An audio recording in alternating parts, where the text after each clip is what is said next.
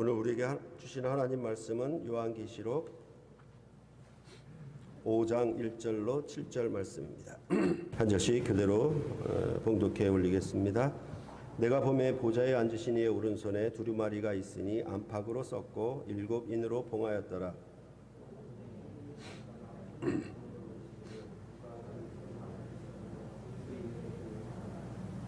하늘 위에나 땅 위에나 땅 아래에 능히 그 두루마리를 펴거나 보거나 할 자가 없더라.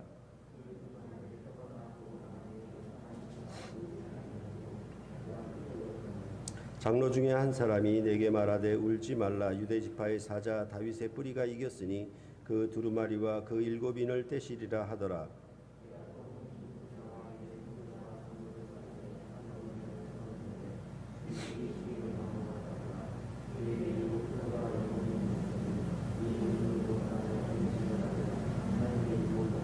함께 읽겠습니다. 그 어린 양이 나와서 보좌에 앉으신 이의 오른손에서 두루마리를 취하시니라. 아멘. 요한계시록은 한마디로 예수 그리스도의 계시다라고 얘기할 수 있겠고, 그러면 그것이 어떤 계시인가라고 하면 반드시 속히 일어날 일들에 대한 계시다라고 요한계시록 전체의 주제를 한마디로 표현할 수 있습니다. 이 계시를 천사가 요한에게 보내어 그 종들 곧 아시아의 7교회에게 알게 하려고 한 것이었습니다. 왜 이런 계시를 주셨는가? 이 점에 대해서 사도 요한과 같이 아시아의 7교회가 세상 나라인 로마로부터 박해를 당하고 있기 때문입니다. 그리하여 요한계시록 2장과 3장에서 아시아 7교회가 어떤 환난 가운데 있는가를 보이시고, 그 교회들에 함께 거하시는 총사령관이신 주님의 모습을 따라서 각각의 형편과 사정들 안에서 그 교회들이 이 환난과 박해를 어떻게 이기고 승리할 것인가를 말한 것이 바로 요한계시록의 전체적인 내용이라 할 수 있겠습니다. 그러면 현재의 환난과 박해 가운데서 교회는 무엇을 근거로 이 환난을 이기고 승리할 수가 있겠습니까?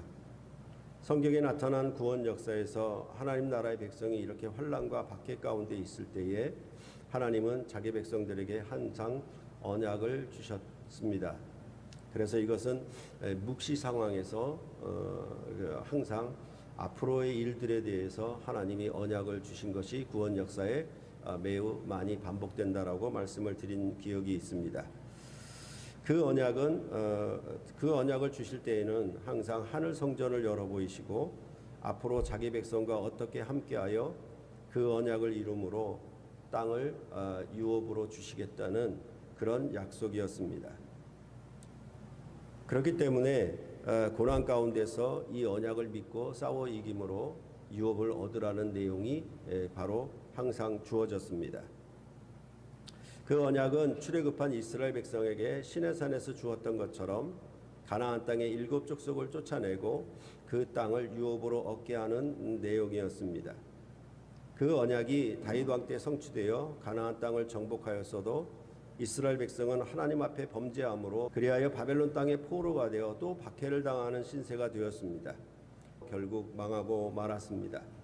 그때에도 하나님은 자기 백성을 버리시지 않고 바벨론 땅에서 다시 돌아올 새 출애굽의 약속을 주시며 그들에게 새 하늘과 새 땅을 유업으로 주실 것을 언약하신 것입니다. 이러한 새 출애굽의 언약을 하나님의 아들이신 예수 그리스도께서 이 땅에 오셔서 죽으시고 부활하사 그의 나라를 세우셨는데도 그의 백성인 아시아의 7교회는 세상 나라인 로마의 권세 아래 박해를 당하고 있었습니다. 그러므로 역시 이 교회들에게 반드시 속히 일어날 일들에 대한 언약을 주시고, 그 언약을 읽고 듣고 지키는 자들에게 새하늘과 새 땅을 유업으로 주실 것임을 말하는 것이 바로 요한계시록의 전체적인 내용입니다. 그렇기 때문에 요한계시록도 언약서의 형태를 갖는다라고 여러분에게 말씀드렸습니다. 그래서 요한계시록 4장 1절은 요한을 하늘로 올라오게 하여서 이후에 마땅히 일어날 일들을 요한에게 보인다고 하고, 이 말은 반드시 속히 일어날 일들과 같은 것이라고 여러분께 말씀을 드렸습니다. 이 일들에 대해 요한계시록 4장은 하늘 성전의 보좌에 앉으신 이로부터 나온 일이며, 이 일들을 집행하는 권세를 받은 자에 대해 5장은 인을 떼시기에 합당한 분으로 말하고 있고 6장 이후에는 그 일들을 집행하는 것에 대해서 말을 하고 있는 것입니다. 우리가 오늘 설교 본문으로 대하는 요한계시록 5장은 1절로부터 7절까지는 인을 떼기에 합당한 어린 양을 말하고 8절로부터 12절은 그 어린 양에게 드리는 찬양과 경배가 나오고 그 다음에 13, 14절은 보좌에 앉으신 이와 어린 양에게 드리는 찬양과 경배가 나옵니다. 그렇기 때문에 이 4, 5장의 전체적인 결론은 5장 13절, 14절에 있다라고 말씀을 드렸습니다. 오늘 설교 본문으로 삼은 5장 1절로부터 7절을 조금 더 세분해서 보면은 1절은 보좌에 앉으신 이의 두루마리에 대해서 2절로부터 5절은 그 두루마리의 인을 떼기에 합당한 분이 누구인지에 대해서 6절로부터 7절은 어린 양이 그 두루마리를 취하는 것으로 말하고 있습니다. 이런 내용은 요즘 우리나라를 생각해 보면 좀 이해가 쉬울 것입니다. 우리나라는 대통령을 선출하는 대선을 바로 눈앞에 두고 있습니다. 어느 대선 후보이든지 우리나라 백성이 살기 어렵다고 하며 공약을 발표합니다. 그래서 우리 지금 현재의 상태가 재난이 극심하다라고 얘기를 하고 이 재난과 이 어려움을 극복하기 위해서 공약을 내세우는 그런 대통령 후보들이 나오는 것입니다. 그 공약은 백성들 앞에 나라를 어떻게 운영하겠다는 미래에 관한 정책입니다. 살기 어려우니까 결국 환란 가운데 있는 것이라고 할 수 있고 그 환란을 이길 공약을 제시한 것인데 그 공약은 이후에 마땅히 일어날 일들이라고 할 수가 있겠습니다. 만약 그 공약을 백성들이 받아들여 대통령이 된다면 그는 어떻게 그 공약을 이루려고 하겠습니까? 그 공약에 대해 잘 알고 그러한 어려움을 이론을 통해 실제로 이긴 전문가를 등용해서 그에게 일을 맡기지 않겠습니까? 대통령이 그 전문가에게 그 문제에 대해서는 정권을 위임하고 임명장을 주어 그 일을 이루도록 할 것입니다. 만약 그 전문가가 정말 실력자라면 백성들은 박수를 치며 대통령의 현명한 선택에 대해 찬사를 돌리게 되겠습니다. 바로 이런 관점으로 요한계시록 5장을 이해하면 되겠습니다. 그러니까 4장의 하늘 보좌에 앉으신 이를 보이시고 이 보좌로부터 두루마리가 있는데 이 두루마리의 인을 떼기에 합당한 자가 누구냐, 이 점에 대해서 5장이 말하고 있는 것입니다. 그러니까 하늘 보좌에 앉으신 이로부터 어린 양이 두루마리를 취하여서 이제 6장부터는 인을 떼어가면서 그 두루마리의 내용을 시행하는 내용이 바로 요한계시록의 6장 이하의 내용이 될 것입니다. 그러니까 이런 점들은 여러분들이 그 공약을 내세운 대통령들마다 어떤 전문가를 어떤 일꾼을 세우는가에 따라서 그 정책이 실패하든지 성공하든지 양당 간의 결정이 나지 않겠습니까? 그러면 가장 중요한 것은 지역 공약이든지 아니면 나라의 어떤 경제에 관한 공약이든지 이런 부분에 전문가를 세워서 대통령은 그에게 맡겨서 그 일을 시행하도록 정권을 주는 것입니다. 바로 그런 내용이 바로 4장과 5장의 그런 관계라고 여러분이 이해하시면 되겠습니다. 오늘은 5장 1절로만 본문을 설교하도록 하겠습니다. 내가 보매 보좌에 앉으신 이의 오른손에 두루마리가 있으니 안팎으로 썩고 7인으로 봉하였더라. 4장은 보좌에 앉으신 이에 대해서 말했는데 5장 1절이 보좌에 앉으신 이를 말하고 있으니 4장과 5장은 서로 연결된다라고 볼 수가 있겠습니다. 두루마리는 지금으로 말하면 책을 가리킵니다. 가장 쉽게 이해하려면은 좀 이상한 비교지만은 두루마리는 현재 여러분들이 쓰고 있는 두루마리 화장지를 생각하면 두루마리 형태가 어떤 것인지 잘 알 수가 있을 것입니다. 또 TV 사극에서 왕이 명령을 전달할 때 그 명령을 글로 두루마리에 써서 이렇게 둘둘둘둘 말아가지고 그것을 끈으로 묶어서 전달을 하잖아요. 그렇죠? 그런 것이 바로 두루마리 형태라고 보시면 되겠습니다. 이 두루마리에 대해 현재의 책과 같은 형태의 코덱스라고 하는 것을 가리킨다라고 주장을 하기도 합니다. 왜냐하면 두루마리는 뒤에 설명하는 것처럼 안팎으로 쓰는 것이 어렵기 때문에 그렇습니다. 그러니까 두루마리는 항상 이렇게 써가지고 둘둘둘 말아가지고 안쪽에만 쓰도록 돼 있지 밖에는 잘 안 쓰거든요. 그러니까 이 두루마리는 우리가 생각하는 그런 두루마리가 아니라 지금처럼 책과 같은 책은 이렇게 앞과 뒷면으로 쓸 수 있잖아요. 더군다나 로마 시대에도 이렇게 앞뒤로 쓸 수 있는 책의 형태로 이미 나와 있다라고 하니까 그것을 코덱스라고 얘기를 하는데 그런 형태일 것이다라고 주장하는 것입니다. 그런데 또 뭐냐하면 이 겉과 속에다 안팎으로 썼기 때문에 인으로 봉하였다라고 하는데 인으로 봉하면은 보지 못하도록 하는 것인데 안과 밖에다 써버리면은 다 볼 수 있는 거잖아요. 그러니까 이게 두루마리가 아니라 책일 것이다라고 그렇게 주장들을 하는 것입니다. 그런데 대체적으로 이것은 두루마리로 보는 것이 좋겠다라고 주석가들은 그런 의견을 내놓고 있습니다. 그 근거는 바로 요한계시록 6장 14절에 하늘은 두루마리가 말리는 것 같이 떠나가고 라고 말하기 때문에 그렇습니다. 그렇죠? 두루마리는 이렇게 둘둘둘둘 말리는 거잖아요. 그러니까 그런 표현이 요한계시록에 있기 때문에 이것은 두루마리 형태가 맞다라고 그렇게 보는 것입니다. 이 두루마리가 보좌에 앉으시니 오른손에 있다고 하는 것은 보좌는 왕이 앉는 권세를 의미하고 오른손은 그 권세를 시행하는 권위를 나타내고 있습니다. 하나님의 권세로 시행될 책이 바로 두루마리라고 말씀하고 있는 것입니다. 현대 우리나라 모든 대통령의 공약도 사실은 책의 형태로 그 공약집으로 만들어져 있습니다. 이 두루마리에 대해 몇몇 사람들은 이 책을 세상이 창조하기 전에 기록된 모든 참 신자들의 이름이 있는 어린 양의 생명책이라고 이해하는 사람들이 있습니다. 그래서 두루마리가 안팎으로 채워져 있는 것은 구원받은 사람들의 이름이 너무 많아서 책 안쪽에만 기록할 수가 없기 때문이라고 주장을 합니다. 또 다른 사람들은 이 두루마리를 구약 성경을 가리킨다고 하고 미래의 대환란 사건들을 담고 있는 책으로 보기도 합니다. 그런데 이 견해들은 비교적 정당성이 없습니다. 이를 바르게 알기 위해서는 두루마리에 대해 설명하는 본문의 말씀을 주목할 필요가 있습니다. 이 두루마리는 어떻게 말하냐면 안팎으로 썼다라는 말이 하나의 설명문이고 그 다음에 7인으로 봉하였다라는 것이 두 번째 설명이라고 할 수 있겠습니다. 그러면 안팎으로 썼다라고 하는 것에 대해서 우리가 생각해 본다면 흥미로운 점은 뭐냐면 십계명 돌판도 안팎으로 기록을 했습니다.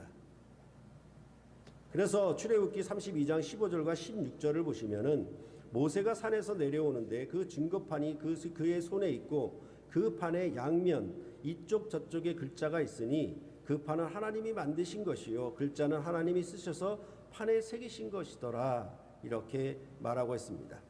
그래서 만일 이 십계명 돌판과 요한계시록 5장 1절의 두루마리 사이에 서로 연관성이 있다면 이 두루마리를 이제 십계명 돌판은 옛 언약에 관한 것이고 이제 이 두루마리는 새 언약에 관한 것으로 보아야 하지 않겠느냐 이렇게 얘기할 수도 있겠습니다. 그러므로 두루마리는 또한 그 두 번째로는 7인으로 봉하여 있다라고 설명합니다. 이 7인은 6장 이후에 어린 양이 이제 하나씩 떼기 시작합니다. 인을 봉했다는 말은 그 내용을 볼 수 없게 감추었다는 역할뿐만 아니라 그 내용을 변경하거나 위조할 수 없다는 뜻이 내포되어 있습니다. 상대적으로 인을 뗀다는 것은 그 내용을 볼 수 있게 되거나 그 내용을 시행한다는 뜻도 있겠습니다. 그렇기 때문에 오늘 5장 본문에도 보면은 그 두루마리를 펴며 또한 이 두루마리를 펴거나 보거나 할 자가 없다 이런 얘기들이 계속 나오고 있는 것입니다. 이것도 우리가 좀 생각해 본다면 현대에도 우리나라의 대통령 기록물 가운데 공개할 것과 비공개할 것이 따로 있습니다. 공개될 경우 국가안보나 정치적 혼란을 초래할 수 있는 대통령 기록물은 최대 15년 동안 공개되지 않을 수 있으며 개인 사생활과 관련이 있을 경우는 즉 대통령의 개인 사생활과 관련이 있을 경우에는 30년 동안 공개되지 않을 수 있습니다.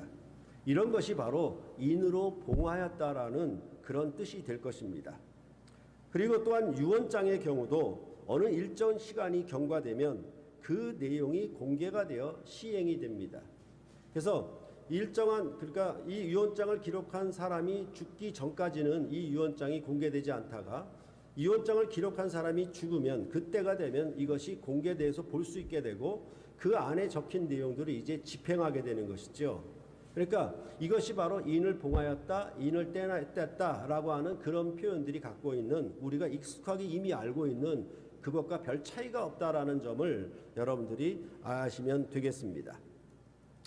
그럴 때 이 안팎으로 섰다는 표현은 우선 에스겔 2장 9절로부터 10절의 말씀을 배경으로 합니다. 왜냐하면 에스겔서가 묵시서의 역할을 하고 있기 때문에 그렇습니다. 내가 보니 보라 한 손이 나를 향하여 펴지고 보라 그 안에 두루마리 책이 있더라. 그가 그것을 내 앞에 펴시니 그 안팎에 글이 있는데 그 위에 애가와 애곡과 재앙의 말이 기록되었더라 라고 말씀하고 있습니다. 에스겔서를 배경으로 안팎으로 썼다는 말의 의미를 생각한다면 애가와 애곡과 재앙의 말이 기록되었다는 것처럼 요한계시록의 두루마리는 심판의 책으로 이해할 수가 있겠습니다. 인으로 봉한다는 것은 다니엘 12장 4절과 9절 그리고 이사야 29장 11절과 12절이 배경이라고 할 수 있겠습니다. 다니엘서 12장 4절을 보면은 다니엘아 마지막 때까지 이 말을 간수하고 이 글을 봉함하라. 많은 사람이 빨리 왕래하며 지식이 더하리라. 그리고 다니엘 12장 8절부터 10절에도 보면 내가 듣고도 깨닫지 못한지라 내가 이르되 내 주여 이 모든 일의 결국이 어떠하겠나이까 하니 그가 이르되 다니엘아 갈지어다 이 말은 마지막 때까지 간수하고 봉함할 것이니라. 많은 사람이 연단을 받아 스스로 정결하게 하며 희게 할 것이나 악한 사람은 악을 행하리니 막한 자는 아무것도 깨닫지 못하되 오직 지혜 있는 자는 깨달으리라 라고 말씀하고 있습니다.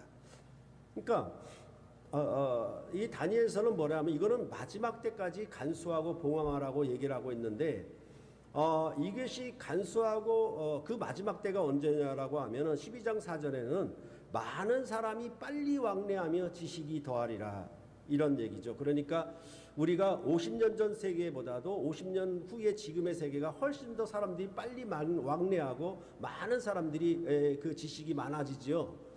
그러니까 이거는 새로운 시대가 오는 그때를 아니면 새 출애굽에서 말하는 것처럼 만민이 들어오는 그 시대를 가리켜서 아마도 마지막 때라 이렇게 말하는 것 같습니다. 또한 이 다니엘서의 얘기는 뭐냐면 간수와 봉함 이건 똑같은 말입니다. 그러니까 똑같은 의미를 두 번 반복해서 강조하는 것인데 그러면서 뭐라고 얘기하냐면 마지막 때를 매우 강조하고 있는 것입니다. 그래서 이 마지막 때가 되면 이 봉함했던 것이 그 의미가 드러날 것인데 그 드러난 것에 대해서 지혜 있는 자들이 깨달을 것이라고 그렇게 말을 하고 있는 것입니다. 또한 이사야서 29장 11절과 12절을 보시면 그러므로 모든 계시가 너희에게는 봉한 책의 말처럼 되었으니 그것을 글 아는 자에게 주며 이르기를 그대에게 청하노니 이를 읽으라 하면 그가 대답하기를 그것이 봉해졌으니 나는 못 읽겠노라 할 것이요 또 그 책을 글 모르는 자에게 주며 이르기를 그대에게 청하노니 이를 읽으라 하면 그가 대답하기를 나는 글을 모른다 할 것이니라. 이런 왜 이 책이 봉한 것으로 되어 있느냐라고 하는 것에 대해서 이사야서는 이렇게 말을 하고 있는 것입니다. 그러니까 모든 계시를 마치 봉함한 책에 비유하면서 유식한 자이든 무식한 자든 이것을 읽을 때 이해하지 못한다는 의미로 말을 하고 있습니다. 왜 아무도 이해할 수 없는가에 대해서는 그들이 하나님의 심판을 받고 있어 눈으로 볼 수 없는 맹인이 되었기 때문에 그렇게 말을 하고 있습니다. 그래서 여러분에게 누차 말씀드린 것처럼 듣고도 듣지 못하고 들어도 듣지 못하고 보기는 보아도 보지 못하는 것 이것이 하나님의 심판이라고 그랬죠.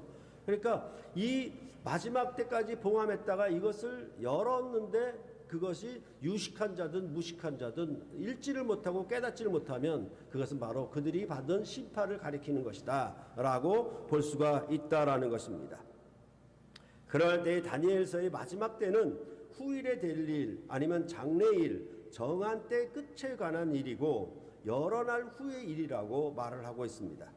그 마지막 때가 예수 그리스도 안에 성취가 되었기 때문에 요한계시록은 이제 반드시 속히 일어날 일들이라고 바꾸어 말하고 있는 것입니다. 그러니까 역사적 시점이 다른 것이죠. 다니엘서의 시점에서 보면은 먼 후의 일이지만은 이제 예수 그리스도가 이 모든 다니엘서를 성취했을 때에는 이제는 뭐예요? 반드시 속히 될 일로 바뀌어진 것이죠. 그 역사적 시점이 다르니까. 그러니까 이게 여러 날 후에 그 끝에 관한 일이라 할지라도 다니엘서는 그런 관점을 갖고 있지만 예수 그리스도 안에서 이제 마지막 말세가 도래한 시점에 있어서는 이제 요한계시록은 어떤 표현을 쓰냐면 장래의 먼 훗날의 일이 아니라 반드시 속히 될 일, 이렇게 말하고 있다는 점을 여러분들이 이해를 하시면 될 것입니다. 그래서 그 마지막 때에 그 간수하고 봉함되었던 일들이 밝히 드러날 것인데 지혜 있는 자들은 깨달으리라고 한 것은 이 요한계시록에서 계속 아시아 7교회에게 귀 있는 자는 성령이 교회들에게 하시는 말씀을 들을지어다라는 말씀으로 바꾸어 말을 하고 있는 것입니다. 그러니까 이 요한이 하늘 성전에 올라가서 하늘 보좌를 보는 것도 사실은 뭐라고 먼저 얘기가 되면 성령 안에 있다라는 얘기가 먼저 되고 있는 것이죠. 이게 그 다니엘서나 아니면 이사야서의 표현은 뭐냐면 지혜 있는 자는 깨달으리라라고 하는 것입니다. 이건 IQ가 좋다는 말이 아니라 하나님의 언약 백성으로서 그 언약을 이해하고 받아들인 사람들이 성령 안에 있어서 이 내용을 이제 그것을 봉함한 것을 열면은 펴면은 그것을 볼 수 있고 깨닫게 된다라고 그렇게 말씀을 하고 있는 것입니다. 그러므로 요한계시록 5장의 두루마리는 4장 1절에 이후 마땅히 일어날 일들을 기록한 새하늘과 새 땅을 유업으로 받는 언약적인 약속의 책으로 읽혀져야 할 것입니다. 에스겔서와 같이 이 책은 심판의 책으로 읽어야 할 것입니다. 성경의 구원 역사에서 심판은 항상 구원을 동반합니다. 가나안 땅의 7 족속을 심판하에 내쫓으면 처음 하늘과 처음 땅을 지으신 목표인 예루살렘 성에 들어가게 됩니다. 그러면 더 이상 가나안 땅에 가나안 족속이 있지 않더라가 될 것입니다. 즉 이스라엘 백성, 하나님 나라 백성을 대적한 대적자들이 다 제거된 곳이 바로 가나안 땅의 예루살렘이라고 할 수 있는 것입니다. 이것을 지난 주일에 요한계시록 21장 1절에서 새하늘과 새 땅을 설명하면서 바다도 다시 있지 않더라라고 하는 의미는 그 대적이 다 제거되었다라는 말과 같습니다. 그러니까 첫 언약 때에, 옛 언약 때에 구약에 있어서의 가나안 땅의 하나님 나라의 새 예루살렘 성에 참여하는 것은 이제 가나안 족속이 다시 있지 않더라라가 될 것입니다. 그러나 이제 새 언약 하에서 새 하늘과 새 땅을 상속하는 이제 하늘에 속한 백성들에게는 바다가 다시 있지 않더라는 말로 그렇게 말을 하고 있는 것이 똑같은 의미라고 여러분들이 이해를 하시면 되겠습니다.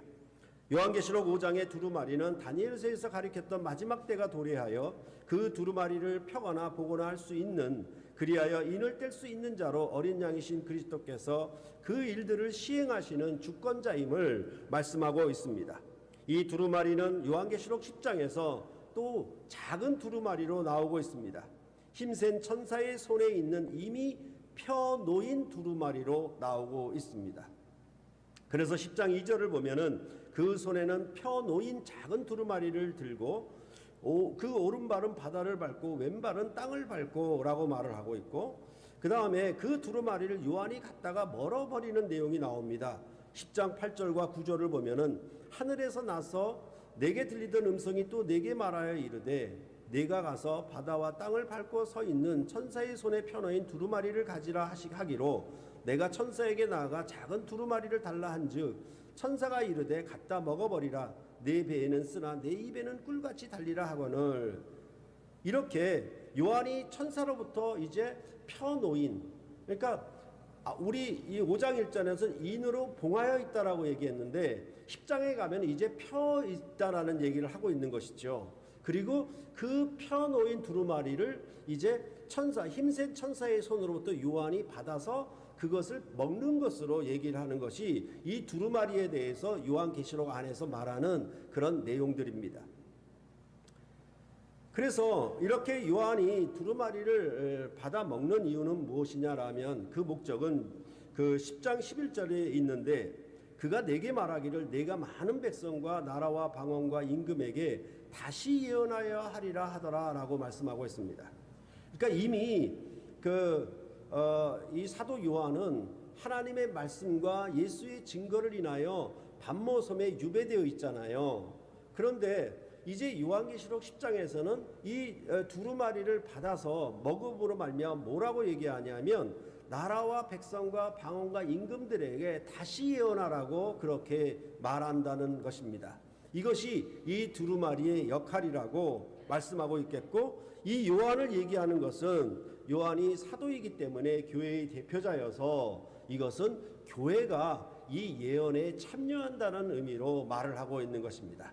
그래서 계시록 5장에서는 인을 떼기에 합장한 이에 대해서 말을 하고, 그 인을 떼서 열어놓았을 때 그것을 교회가 함께 참여하여 그 일을 집행하는 데 있어서 함께 봉사하고 함께 일을 이룬다라고 보는 것이 이 두루마리에 대해서 요한계시록이 말하는 의미입니다. 이것은 요한복음 14장 12절과 일치하지요. 내가 진실로 진실로 너에게 이르노니 나를 믿는 자는 내가 하는 일을 그도 할 것이요 또한 그보다 큰 일도 하리니 이는 내가 아버지께로 감이라 라고 말씀하셨어요. 그러니까 예수 그리스도의 일을 우리가 할 뿐만 아니라 우리가 큰 일을 한다는 것은 예수님과 같이 우리가 또 다시 죽었다가 살아나거나 아니면 눈먼 자를 매개인의 눈을 뜨게 하는데 그런 얘기가 아니고 바로 예수 그리스도께서 이루신 첫 일을 이제 교회가 참여하여서 그것을 완성하기 때문에 큰 일이라고 말을 하고 있는 것입니다. 그래서 항상 모든 나라는 왕과 백성이 함께 하는 것으로 그 나라의 일을 이루어 간다라고 늘 말씀드린 것을 여러분들이 기억하시면 되겠습니다. 이것은 대통령이 공약집을 만들면 그 나라의 백성들은 그 공약집을 찾아 읽고 그것을 자기 것으로 만들어서 그 공약을 따라 자기 일을 추진하여 성과를 거두게 되는 것입니다. 그러니까 어떤 분야에 있든지 이번 대통령이 무슨 공약을 하느냐에 따라서 그 대통령의 공약집을 찾아요. 그런 다음에 자기의 맡은 분야에 대해서 어떻게 공약을 했는가를 부지런히 안 다음에 그럼 그게 뭐예요? 그게 먹는 거지요. 그걸 먹게 되면 어떻게 됩니까? 그 공약을 자기 일에 접목을 시켜서 자기 일을 그 공약을 따라서 시행함으로 어떻게 돼요? 그 일에서 성과나 아니면 소득을 얻게 되는 것이겠죠. 그러면 구원과 생명이라고 말할 수 있는 것 아니겠습니까? 그렇죠? 그런 의미들을 바로 이 두루마리를 가지고 얘기를 하고 있다는 것을 여러분들이 이해하시면 되겠습니다. 그래서 요한계시록 22장 7절도 보라 내가 속히 오리니 이 두루마리의 예언의 말씀을 지키는 자는 복이 있으리로다 라고 말을 하고 있는 것입니다. 끝으로 이 두루마리가 7개의 인으로 봉함되었다는 것은 7은 완전수입니다. 이 두루마리가 마지막 때까지 완전하고도 철저히 봉함되었음을 의미하는 것이라고 할 수 있겠습니다. 엊그제 넷플릭스에서 최근 개봉한 코미디 영화 돈 룩업을 보았습니다. 졸렸는데도 불구하고 막 억지로 본 것은 요한계시록이 생각나서 그랬는데 장르는 코미디 영화이긴 하지만 그리 웃기지는 않습니다. 근데 그 부제가 뭐냐 하면 실화 가 될지도 모를 이야기라고 그 포스터에 적혀 있습니다. 이것을 우리말 속담으로 말한다면 손바닥으로 하늘 가리기라고 합니다. 그런데 Don't look up 이렇게 얘기하는 위로 보지 말라는 얘기잖아요. 그러니까 이 얘기는 뭐냐면 위로 하늘을 보지 말라는 얘기예요. 영화의 제목이. 근데 왜 하늘을 보지 말라고 하느냐면 인류를 몰살시킬 수 있는 혜성이 등장해서 지구로 오고 있는데 그것을 보지 말라는 거예요. 과학자이자 천문학자인 교수가 실제 망원경으로 관찰한 사실을 방송에 나와서 또한 대통령에게 얘기를 해도 그것을 전부 우스꽝스럽게 듣거나 대통령은 그것을 왜곡시켜서 어떤 정치적인 목적을 이룰 수 있는 그런 것으로 이용해 버려요. 그러니까 이것이 과학적인 사실인데도 불구하고 이것에 대해서 정확하게 전달했는데도 불구하고 그것을 아주 우스꽝스럽게 여기거나 아니면 대통령은 그것을 자기 정치적인 인기, 어떤 목적, 돈 버는 수단으로 이용하는 그런 내용이 바로 이 영화에 있습니다. 그래서 이 영화에 왜 실화처럼이라는 그런 부제를 붙였는가 하면 중국 우한에서 코로나가 발생했는데도 미국 대통령 트럼프는 이를 계속 무시하였던 것을 풍자한 것이기 때문이라고 합니다. 혜성이 지구와 충돌하기까지 지구의 종말이 올지도 모를 일에 대처를 하거나 코로나가 중국에서 발생했으면 그 사실을 알고 대처를 해야 하는데 트럼프 대통령과 그 측근들은 오히려 자기의 돈벌이나 정치적인 인기를 위해서 그것을 무시하였고 결국 미국은 코로나로 인해 큰 재앙을 당하고 말았던 것입니다. 이 같은 일은 사실 베드로후서에서도 나오고 있습니다. 베드로후서 3장 12절과 13절에 하나님의 날이 임하기를 바라보고 간절히 사모하라. 그날에 하늘이 불에 타서 풀어지고 물질이 뜨거운 불에 녹아지려니와 우리는 그의 약속대로 의가 있는 곳인 새하늘과 새 땅을 바라보도다 라고 권면하고 있는데 이 말씀을 따라서 혹시 우리는 이 영화에 나오는 것처럼 우리는 더 이상 위로 하늘을 보려 하지 않고 있는 것은 아닌지 한번 되새겨 볼 필요가 있다는 것입니다. 성경의 언약의 말씀이 우리의 진실한 마음을 일깨워야 하는데 말세에 조롱하는 자들이 와서 자기의 정욕을 따라 조롱하며 주께서 강림하신다는 약속이 어디 있느냐 하는 소리에 속아 넘어가거나 주의 약속은 너무 더디다고 어떤 사람들이 주장하는 소리에 넘어가 아직도 심판과 멸망의 날이 임하지 않은 것은 그 심판이 아무런 의미가 없는 것 아니냐라는 그런 주장에 우리는 넘어가고 있지 않느냐는 것입니다. 과학자가 혜성이 온다고 이제 충돌하면 지구가 완전히 멸망한다라고 그렇게 알려도 그것을 정치가는 다른 목적으로 이용했던 것처럼 이제 말세에 이 주의 강림하신다는 약속을 재림한다는 약속을 조롱하는 자들이 이렇게 조롱하니까 이것에 교회가 넘어가는 거예요. 그러면서 뭐라고 얘기하냐면 이 하나님의 날을 사모하고 새하늘과 새 땅을 바라보는 자들, 이 자들이 정말 하나님의 백성이라고 그렇게 이 베드로후서는 얘기를 하고 있는 것입니다.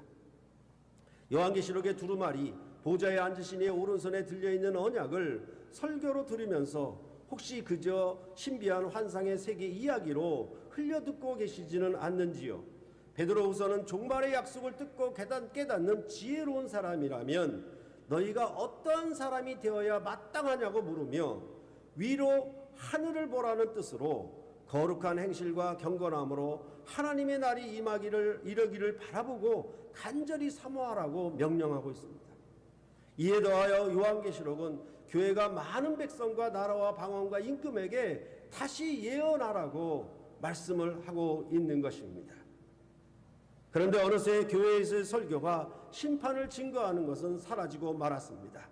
해학과 유머가 난무하는 코미디처럼 되었으며 자기 정욕을 추구하는 일에만 열심을 내라는 설교가 많아졌습니다. 그리하여 손바닥으로 하늘을 가리는 즉 성경 말씀이 인으로 봉안책이 되고 말았던 것입니다. 하나님의 날이 임하기를 사모하는 자들이 없어지고 자기의 날들만 임하기를 사모하는 자들로 가득 차게 되었습니다. 그러나 여러분과 저는 이 유업의 언약을 계속 살피고 부지런히 연구하여 거룩한 행실과 경건함으로 그날을 더욱 사모하여 주의 강림하신다는 약속을 바라는 자들이 되어야 할 것입니다. 즉 성령 안에 있어서 하늘 궁전에서 시행되는 마지막 때의 경륜을 듣고 보고 아는 자들이 되셔서 새하늘과 새 땅의 유업을 차지하는 여러분과 제가 되어야 할 것입니다. 이 요한계시록은 그렇기 때문에 귀 있는 자는 성령이 교회들에게 하시는 말씀을 들을지어다 라고 말씀은 하고 있는 것입니다. 성령 안에 있는 자는 이 요한계시록의 말씀을 읽고 듣고 지켜서 복에 참여할 것입니다. 그러나 이 요한계시록의 말씀을 해악처럼 아니면 우스꽝스러운 얘기처럼 아니면 신비한 환상세계인 것처럼 그렇게 받아들이거나 아니면 이것을 통해서 무언가 자기의 이득을 챙기려고 하는 이단이 득세하는 방향으로 나아가는 그런 방식으로 우리에게 작용하게 될 때에 그것은 참으로 이것을 듣지 못하는 어리석은 깨닫지 못하는 지혜롭지 못한 자들이 될 것이라고 그렇게 말씀하고 있는 것입니다. 요한계시록은 전체로 심판을 말하고 있고 그 심판은 곧 구원을 말하기 위한 심판이라고 말씀하고 있습니다. 그렇기 때문에 우리는 항상 경각심을 가지고 이제 성경에 구약이나 신약이나 언약했던 이 말세에 관한 마지막 때에 관한 언약적 심판에 대해서 우리는 경각심을 갖고 우리의 삶을 가져가야 할 것입니다. 그러할 때 이 말씀을 듣고 읽을 때마다 여러분들은 어떤 사람이 되어야 마땅하뇨? 이 말씀을 가슴속에 꼭 새기셔서 이 세상과 구별된 세상의 정욕을 따라가고 돈벌이를 위해 살아가고 자기의 정치적인 야욕을 이루기 위하여 모든 뉴스를 자기 것으로 변형시켜 사용하는 이런 악한 세대에서 구별되어서 참으로 여러분들이 이 종말의 마지막 심판에 관한 언약의 말씀을 이 유월의 언약의 유업을 잇는 말씀을 꼭 새기셔서 여러분들이 새하늘과 새 땅에 참여하는 참으로 복된 자들이 되시기를 간절히 소원하고 바라는 것입니다. 기도하시겠습니다.